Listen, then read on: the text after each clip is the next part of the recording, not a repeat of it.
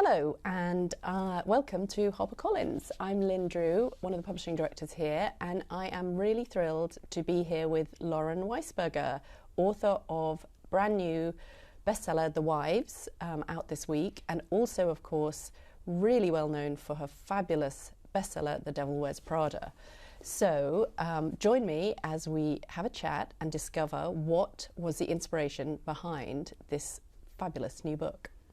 Hello, welcome. Thank you. Welcome to the UK. Thank you. So happy to be here. Land of heat wave. Yes, heat wave. Yes, not to you, I know. It's freezing here. Yes. Land of football means nothing. Very little. I was actually saying before that we had seen all of the celebrations on TV, but I was positive you had won it. Yeah, it was over. I'm so happy. The UK won it. To us. We're good. It's done, but it's not over. It's newsflash. It's There's not more. Over. No. Just yet, but I'm sure it will be fairly soon. Well, we're all rooting for you. Thank you. Yes. And land of political chaos. But the perfect escape, I think, is The Wives. So with The Wives, you have brought us back Emily from The Devil Wears Prada. Yes. And tell me a little bit about where that idea came from to bring Emily back to us. Well, Emily is probably one of my, if not my favorite character that I've ever worked with, simply because she has no filter, which I absolutely love. It's fun to watch her. It's certainly fun to write her, but she cares nothing about diplomatic phrasing or tiptoeing around people's feelings. All of those things I feel like as women we tend to focus a lot on. I know I certainly do. So I loved having this character and this sort of excuse to say whatever it is she might be thinking. And Emily definitely does that. And she does, but I think she does it in a way that people just adore. So rather than just being an uber bitch who's kind of fascinating but spiky, she is so funny, and I think you're right, she kind of tells truth, so people relate to that and they love her for it and they love her wit. And I know, whenever I look back at Devil Wears Prada stuff and at the stuff on the internet and the quotes people love, it's always Emily, because that's right. They just love her sharp, sly wit and her lack of taking any nonsense from anyone. Completely. So it's, she was just, I felt like she was the perfect lens to sort of look at this new world of suburban craziness, but to kind of unleash Emily's wit on this new world seemed like it's too good of an opportunity to pass up. Isn't it? So. And I think the other thing that you do really, really well, because Emily is the grand old age of 36, I guess, something like that, is you capture, without kind of going heavy on it at all, but how life has changed for her. And when she was working for Miranda Priestley in Devil Wears Prada, she was like queen of the world. She had all the contacts. She knew how to do everything. And she still has the contacts and she's still amazing. But this kind of wave of millennials is coming up behind her and stealing her business. Because they are all over the social media.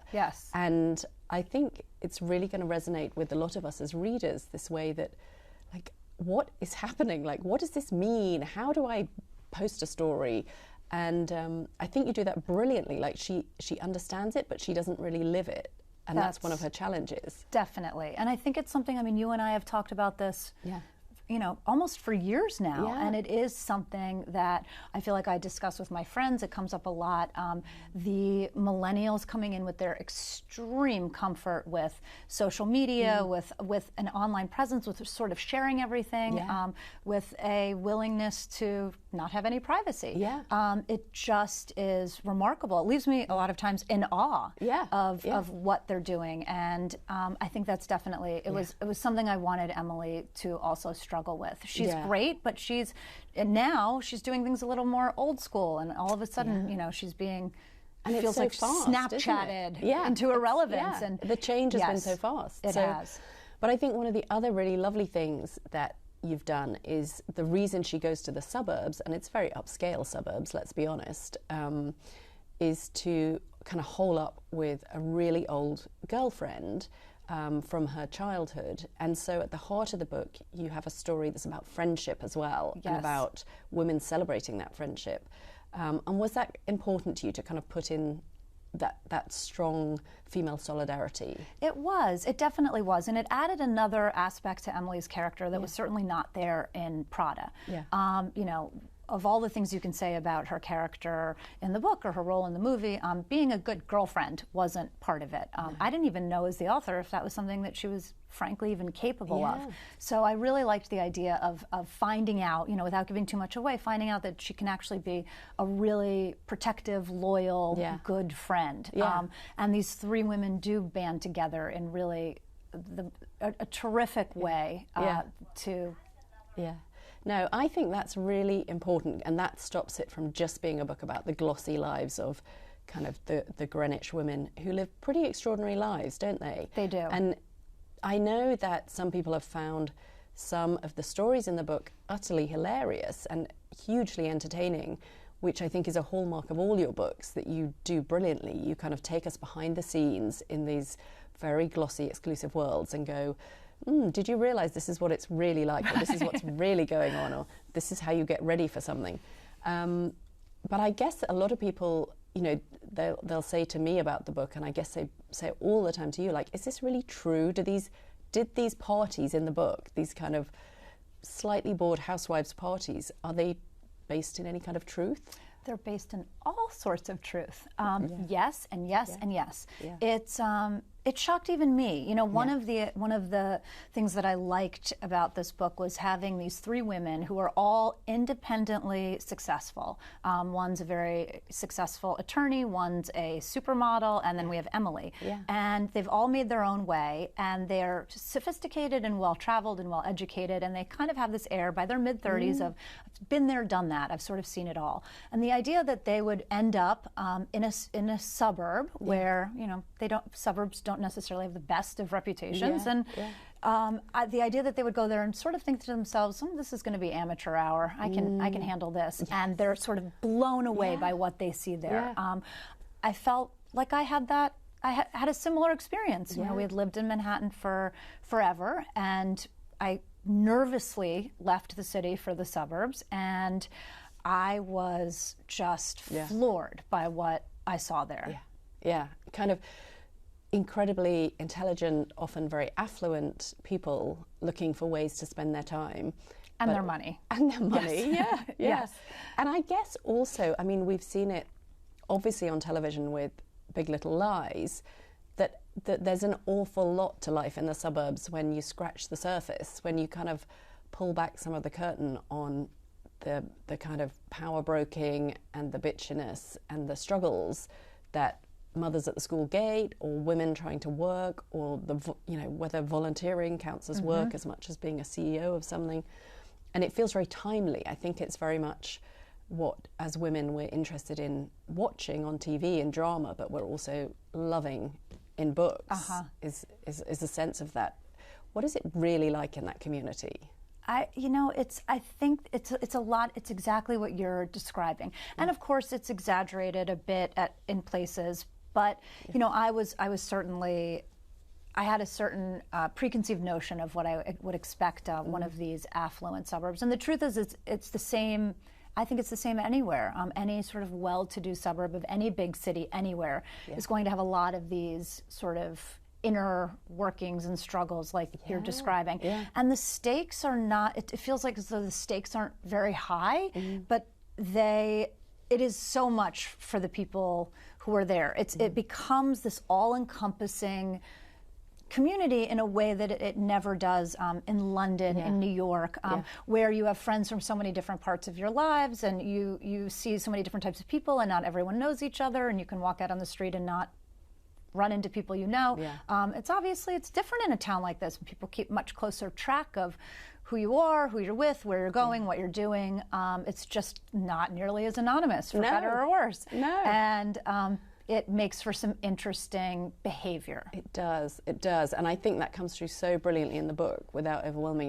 There's so many entertaining scenes where I guess Emily and Miriam, her girlfriend, as virtual outsiders, are able to be those people who, like you, are quite kind of awestruck and slightly astonished by what they find going on, the ways that people find to entertain themselves. Yes, so, that's exactly right. And I feel like we're being a little coy about it because we don't want to give too much away, but it's outrageous the kinds of plastic surgeries that people are having, and not your run-of-the-mill plastic surgeries, the type of plastic surgeries that we won't get into in great detail, but that we may not have even known existed before this. I know. They do. They exist. The ways a pediatrician could find to, like fill her time as a self-employed saleswoman of products for sex toys. Let's just say it. Yep, exactly. Yes, but very, very high end, very expensive. Absolutely, and sure to bankrupt you, very discreetly. But yeah.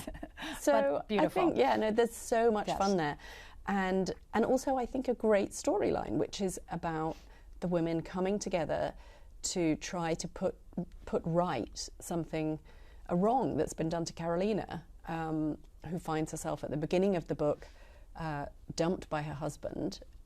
And she doesn't really understand quite what's happening as it all unfolds. So again, without giving too much away, I think one of the things that everybody has loved who's read it is the way you end up cheering on these three women as they support each other, trying to kind of get things back on the straight and narrow, and most importantly, feel that justice has been done. Definitely, and that was one of the most satisfying parts of writing it. Was I loved the idea, like you said, of these three women all bringing different strengths and different experiences into the situation, and banding together to sort of get revenge and make things right again.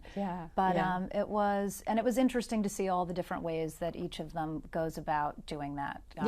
And it feels a bit like, again, with what we're seeing on TV, with the great drama that we're all streaming and binging on, that's what we're looking for. We're looking for that plot line that has a little bit more grit to it, a little bit more drama, a little bit more edge to it, so that you have the glamour and you have the gloss and you have the amazing designer names. But was that a kind of conscious decision that you thought, I want more kind of a dramatic plot in this book, or did it evolve as you put the characters together? Well, as you know, because you helped so much with the development of that and figuring out exactly where we were going with that.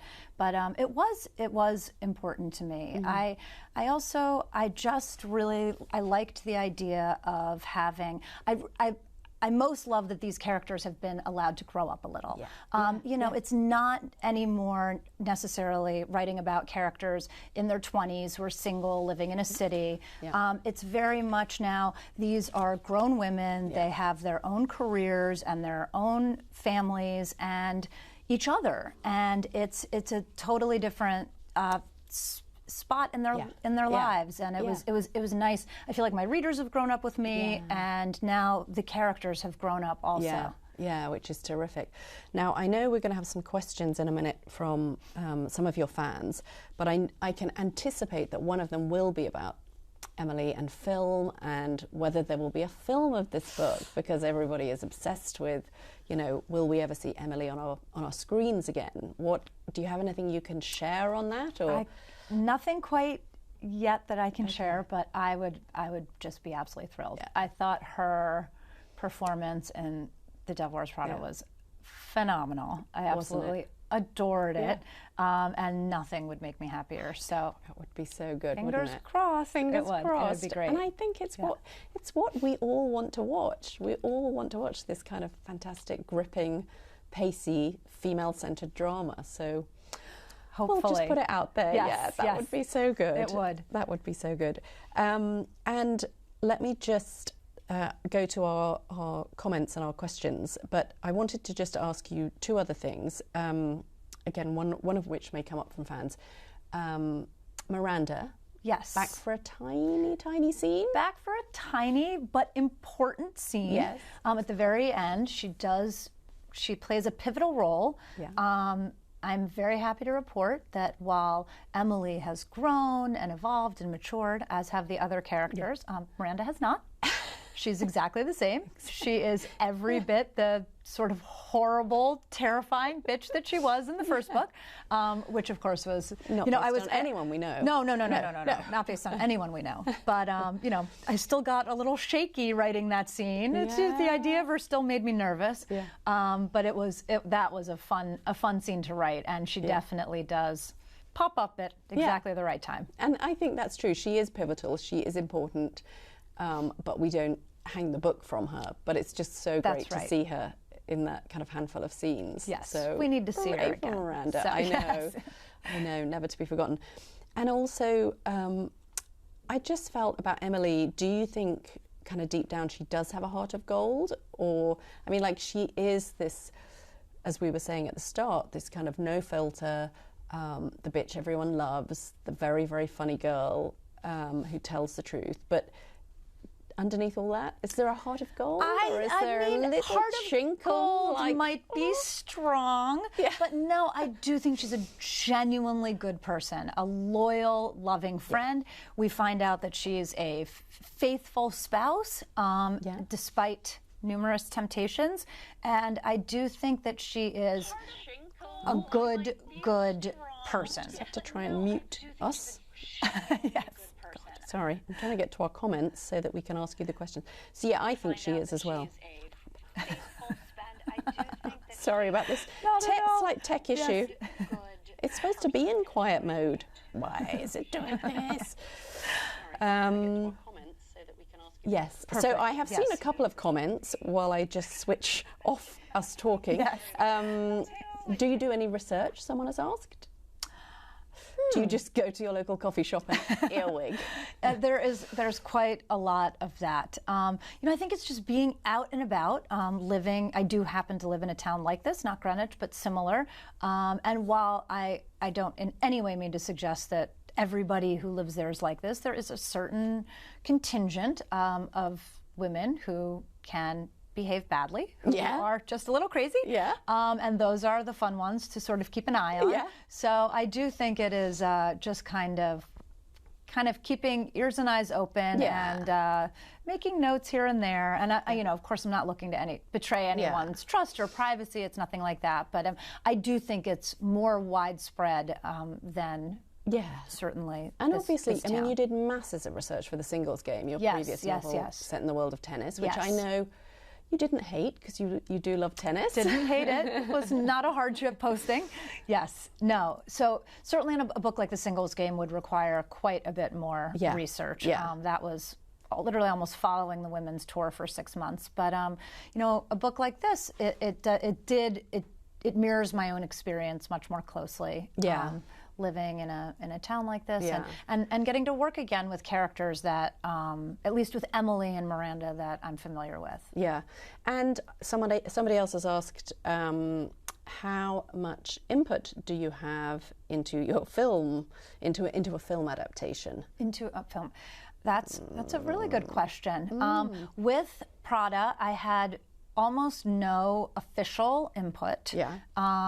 But the producer and the director were really wonderful about keeping me included in everything. So I was on the set every day, and I went to Paris with them when they shot the Paris scene, and we went to the Venice Film Festival when the film premiered there. Yeah. So it was wonderful. Really it was kind of like all of the good without any of the responsibility, which was terrific. The script. The script. Imagine. Right?